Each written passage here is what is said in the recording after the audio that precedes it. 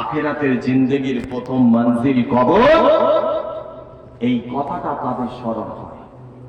কিন্তু আমরা কোথায়? আমরা আজকে কোন জায়গায়? আমাদের এই সমস্ত কিছু খেয়াল থাকে না, এসব খেয়াল নেই আমাদের। ভাইদের বলি, যুবকদের বলে যায়, নওজওয়ানদের বলে যায়, মুরব্বীদের বলে যায়, মা বোনদের বলে যায়, আমাদের নবী নূর নবী মুহাম্মদুর রাসূলুল্লাহ সাল্লাল্লাহু আলাইহি ওয়াসাল্লাম নবী আমার যখন কিনা মসজিদুন নববী শরীফে বসে বসে নবী আমার ওয়াজ করতে লাগলেন, এমন সময় রাসূলুল্লাহ সাহাবারা আল্লাহ রাসূলকে জিজ্ঞাসা করেছিলেন, ইয়া রাসূলুল্লাহ, ইয়া হাবিবাল্লাহ, কাল কিয়ামতের ময়দানে, মাহশারের ময়দানে, ইয়া রাসূলুল্লাহ, আপনি কি আমাদের ভুলে যাবেন? ইয়া রাসূলুল্লাহ, আপনি কি আমাদের চিনতে পারবেন না? ইয়া রাসূলুল্লাহ, আপনি কি আমাদের ভুলে যাবেন?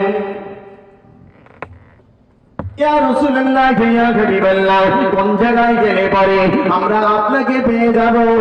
ইয়া রাসূলুল্লাহ, আপনি একবার আমাদেরকে বলুন। ওই সময় আমাদের নবী নূর নবী মুহাম্মদুর রাসূলুল্লাহ সাল্লাল্লাহু আলাইহি ওয়াসাল্লাম নবী আমার ওই সময় বলেছিলেন, না ও আমার সাহাবারা, আমি কোনোদিন তোমাদেরকে ভুলে যাব না। তবে ও আমার সাহাবারা, শুনে রাখো, কিয়ামতের ময়দানে, মাহশারের ময়দানে আমি রাসূলুল্লাহ বড় ব্যস্ত হয়ে পড়ব। আমার গুনাহগার উম্মতেরা, এদের অবস্থাটা কি হবে এই নিয়ে আমি রাসূলুল্লাহ বড় ব্যস্ত হয়ে পড়ব। ও আমার সাহাবারা, তোমরা শুনে রাখো, আমি রাসূলুল্লাহ, আমাকে ওই জায়গায় তোমরা পেয়ে যাবে। আমার গুনাহগার উম্মতিদের এদের আমলনামাটা ডান হাতে দেওয়া হলো নাকি বাম হাতে দেওয়া হলো?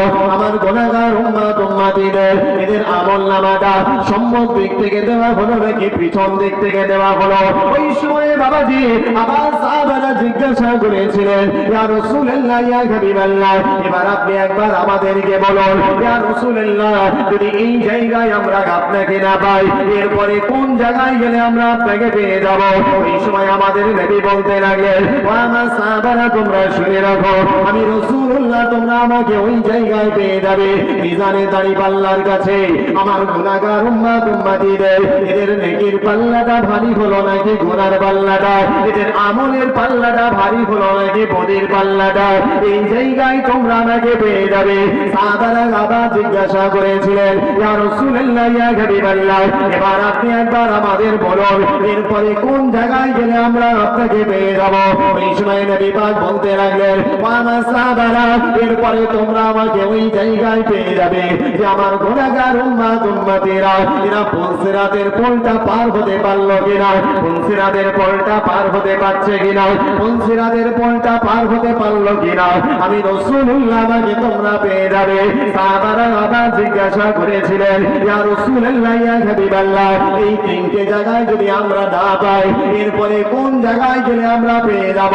আমাদের নবী বলেছিলেন, না ও আমার সাহাবারা, এই তিনটে জায়গার ভিতরে যে কোনো একটা জায়গায় তোমরা আমাকে পেয়ে যাবে। আল্লাহ রাসূল কি বললেন? সাহাবারা, আমি রাসূলুল্লাহ কিয়ামতের ময়দানে বড় ব্যস্ত হয়ে পড়ব। আমার গুনাহগার উম্মতিদের নিয়ে বড় ব্যস্ত হয়ে পড়ব। আমার গুনাহগার উম্মতিরা এদের নেকির পাল্লাটা ভারী নাকি গুনার পাল্লাটা? এরা পুলসিরাতের পোলটা পার হতে পারলো কিনা? এদের আমল নামাটা ডান হাতে দেওয়া হলো নাকি বাম হাতে? সম্মুখ দিক থেকে দেওয়া হলো নাকি পিছন দিক থেকে? এই তিনটে জায়গার ভিতরে যে কোনো একটা জায়গায় তোমরা আমাকে পেয়ে যাবে। আজকে তাকান, আমাদের নবী আমাদের জন্য ব্যস্ত হয়ে পড়েছেন, কিন্তু তারপরেও আমরা সেই রাসূলুল্লাহ সুন্নাতের গলায় ছড়ি, সেই রাসূলুল্লাহর কথার গলায় ছড়ি, সেই রাসূলুল্লাহর তাহজিব তামাদ্দুনের গলায় ছড়ি, সেই রাসূলুল্লাহর জীবন চরিত্র শোনার পরেও তার উপরেও ছড়ি চালায়। আল্লাহ রাসূল একদিন মসজিদুন নববী শরীফে বসে বসে ওয়াজ করছেন, করতে করতে আল্লাহ রাসূল বলেছিলেন, সাহাবারা, আখেরি জামানায় আমার কিছু উম্মতেরা পৌঁছে যাবে, এরা পরিষ্কার লোক সমাজে আমি রাসূলুল্লাহ আমার গলায় এরা ছুরিটা চালিয়ে দেবে। সাহাবারা জিজ্ঞাসা করেছিলেন, ইয়া রাসূলুল্লাহ, কিভাবে তারা আপনার গলায় ছুরিটা চালাবে? আল্লাহ রাসূল বলেছিলেন, ওই সমস্ত উম্মতেরা যারা নিজেদের মুখে দাড়িটা কাটলো, তারা যেন আমি রাসূলুল্লাহ আমার গলায় নিজে হাতে ছুরিটা চালিয়ে দিল। কি বললো? যারা নিজেদের মুখের দাড়িটা কাটলো তারা যেন আমি রাসূলুল্লাহ আমার গলায় নিজে হাতে ছুরি চালালো। বুখারী শরীফের হাদিস পাকের ভিতরে এসেছে, একজন বান্দার হিসাব নিকাশ হয়ে গেল, হিসাব নিকাশ হয়ে যাবার পরে আল্লাহ ওই বান্দার ঠিকানা আল্লাহ জাহান্নাম ঘোষণা করে দিলেন। জাহান্নাম ঘোষণা হয়ে গেল। জাহান্নাম ঘোষণা হয়ে যাবার সাথে সাথে জাহান্নামী বান্দাটা জাহান্নামার দিকে আগিয়ে যেতে লাগলো। জাহান্নামের দিকে আগিয়ে যেতে লাগলো। নবী পাক ওই জায়গায় দাঁড়িয়েছিলেন। নবী পাক আল্লাহকে বলেছিলেন, আল্লাহ আপনি একবার আপনার জাহান্নামী বান্দাকে দাঁড় করান, আপনার সঙ্গে আমার একটু কথা আছে, একবার দাঁড় করান। ভাইদের বলি, যুবকদের বলে যায়, নওজোয়ানদের বলে যায়, মুরব্বীদের বলে যায়, মা বোনদের বলে যায়, আল্লাহ পাক রব্বুল আলামিন একজন বান্দার হিসাব নিকাশ করে দিলেন। হিসাব নিকাশ করে দেওয়ার পরে আল্লাহর ওই বান্দার ঠিকানা আল্লাহ জাহান্নাম ঘোষণা করে দিলেন। জাহান্নাম ঘোষণা করে দেওয়ার পরে পরে জাহান্নামী বান্দাটা জাহান্নামের দিকে আগিয়ে যেতে লাগলো। জাহান্নামের দিকে আগিয়ে যেতে লাগলো। নবী পাক আল্লাহকে বলেছিলেন, আল্লাহ আপনি একবার আপনার ওই জাহান্নামী বান্দাকে দাঁড় করান, আপনার সঙ্গে আমার একটু কথা আছে। আল্লাহ জাহান্নামী বান্দাকে দাঁড় করিয়ে দিলেন। জাহান্নামী বান্দাকে দাঁড় করিয়ে দেওয়ার পরে আল্লাহ পাককে নবী পাক বলেছিলেন, আল্লাহ আপনি একবার আপনার জাহান্নামী বান্দার দিকে তাকান। আপনার ওই জাহান্নামী বান্দাটা আমাকে মহব্বত করে ভালোবেসে, আমাকে প্যার করে আমার একটা সুন্নাতকে জিন্দা করার জন্য সে তার মুখে সুন্নাত মোতাবেক দাড়িটা রেখেছে। আল্লাহ আপনি যদি ওকে ওই অবস্থায় জাহান্নামায় দিয়ে দেন, আমার একটা সুন্নাত জাহান্নামের আগুনে চলে যাবে। আপনি যদি ওকে জাহান্নামায় দিয়ে দেন, দাড়িটা জাহান্নামের আগুনে চলে বাবার কাছে ওর ঠিকানাটা জাহান্নাম থেকে ঘুরিয়ে আমি আল্লাহ আমার দয়ার জান্নাত নসিব করে দিলাম। একবার জোরে বলে, একটু জোরে বলে। আমরা যদি আমাদের মুখে সুন্নাত মোতাবেক দাড়িটা রাখতে পারি, কিয়ামতের ময়দানে রাসূল আমাদের জন্য সুপারিশই করবেন। কটা বললাম? দুটো বলেছে, দুটো। এর ভিতরে কোনটা হবে? তবে আমার মনে হয় যদি মা বোনেরা দাড়ি না রাখলে ঝগড়া করে, যদি দাড়ি না রাখো অশান্তি তুলকালাম বাঁধিয়ে দেবো, যেটা করে মার্কেটিং এর জন্য, যেটা করে স্কুটির জন্য, যেটা করে আপনার শপিং মলে যাওয়ার জন্য, যেটা করে মেলায় যাওয়ার জন্য, এইগুলো না করে যদি বলে দাড়ি যদি না রেখে তো তোমার ঘরে ঢুকতে দেবো না, তো আমার মনে হয় না কি আবার দাড়ি রাখবে, এই আপনার কাটবে বলে আমার মনে হয় না। এই কাটবে, সবাই দাড়ি রাখবে। এই কুরুক্ষেত্রটা লাগাতে হবে, তাতে দরকার হয় তাবিজ করতে হয়, তাবিজ করতে হবে, তাই তো নাকি? সকলে মহব্বতে উচ্চ আওয়াজে দরুদ শরীফ আল্লাহুম্মা সাল্লি আলা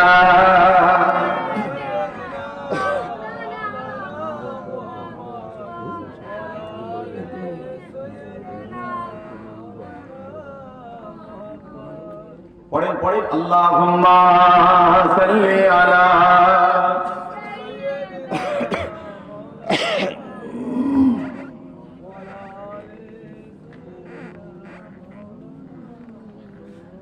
হে রাসূল বুঝি নাই আমি রেখেছ বেঁধে মোরে কোন সুতায়, জানি না গোপনে কেমন করে, জানি না গোপনে কেমন করে হৃদয় গড়েছ প্রেমের বলায়। থাকিতে দেখে প্রাণ তোমারই সম্মান, থাকিতে দেখে প্রাণ তোমারই সম্মান, দেব না দেব না লোটাতে ধুলাই। হে রাসূল বুঝি নাই আমি রেখেছ বেঁধে মোরে কোন সুতায়, জানি না গোপনে কেমন করে, জানি না গোপনে কেমন করে হৃদয় গড়েছ প্রেমের বালায়। আল্লাহুম্মা সাল্লি আলা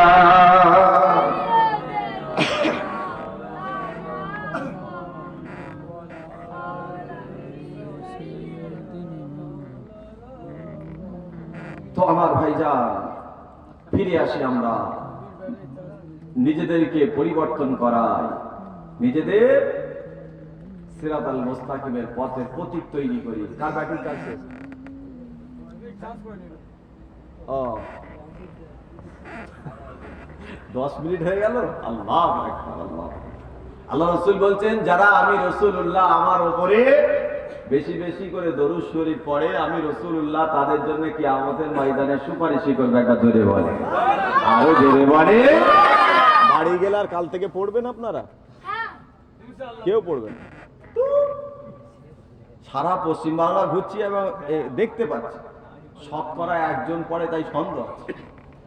পড়ে না বলবো, শতকরা একজন পড়ে, তাও সন্দেহ আছে। ওই ইমাম সাহেব যদি পড়ায়, মাদ্রাসায় যদি দোয়া হয়, কারোর যদি খানা খাওয়ার ব্যাপার থাকে, এই জায়গাগুলো জি। আর এই রকম মাহফিল করে আমি 3 বার পড়িয়েছি, পড়েছেন, নিজেরা তার একবারও বেশি পড়েন নিচে, হুজুর বন্ধ করে দিয়েছে, আমরা একবার পড়েছি আমরা।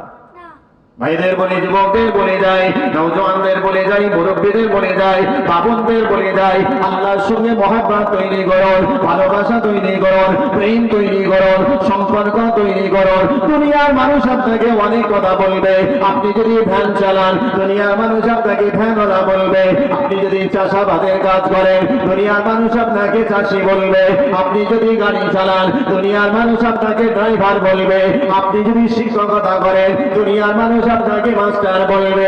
দুনিয়ার জমিনে আপনি যেটা করবেন কিনা দুনিয়ার মানুষ আপনাকে তাই বলবে। কিন্তু আমার বলার হলো এটাই, দুনিয়ার মানুষ আপনাকে যাই বলুক না কেন, আপনি আপনার খোদার সাথে, আপনি আপনার মাবুদের সাথে, আপনি আপনার খালিকের সাথে, আপনি আপনার মাওলার সঙ্গে মহব্বত ভালোবাসা তৈরি করুন। দুনিয়ার মানুষের কথাই কান না দিয়ে, দুনিয়ার মানুষের কথাই কোনো জবাব না দিয়ে, দুনিয়ার মানুষের কথাই কোনো রকম কর্ণপাত না করে আপনি আপনার খোদার সাথে, মাবুদের সাথে, আল্লাহর সঙ্গে মহব্বত ভালোবাসা তৈরি করুন। দুনিয়া কামিয়াব হয়ে যাবে, পাশাপাশি আখিরাত আমাদের কামিয়াব নসিব হয়ে যাবে। দুনিয়া কামিয়াব, পাশাপাশি আখিরাতও কামিয়াব হয়ে যাবে।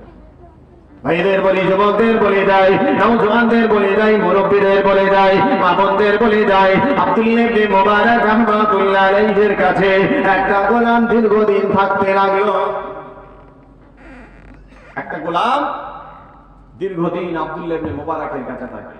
হঠাৎ করে বাবাজি লক্ষ্য করে দেখা গেল আব্দুল্লাহ ইবনে মুবারক রাহমাতুল্লাহ আলাইহি হুজুর আমার একদিন কিনা গোলামকে ঘোষণা করে দেন, ও বাবা গোলাম তুমি শুনে নাও, যদি তুমি আমার থেকে ছাড় পেতে চাও, আমার থেকে যদি রেহাই পেতে চাও, আমার থেকে যদি নাজাত পেতে চাও, আমার থেকে যদি পরিত্রাণ পেতে চাও, তাহলে আমাকে কিছু টাকা তোমাদের তুলে দিতে হয়। আব্দুল্লাহ ইবনে মুবারক রাহমাতুল্লাহ আলাইহি হুজুর আমার যখন ঘোষণা করে দিলেন, গোলামটা বড় চিন্তায় পড়ে গেলেন, আল্লাহ দুনিয়ার জমিনে আমার এমন কেউ নাই যে কিনা আমার দ্বারাতে আমাকে কিছু অর্থের বিনিময়ে, কিছু টাকার বিনিময়ে, কিছু দিরহামের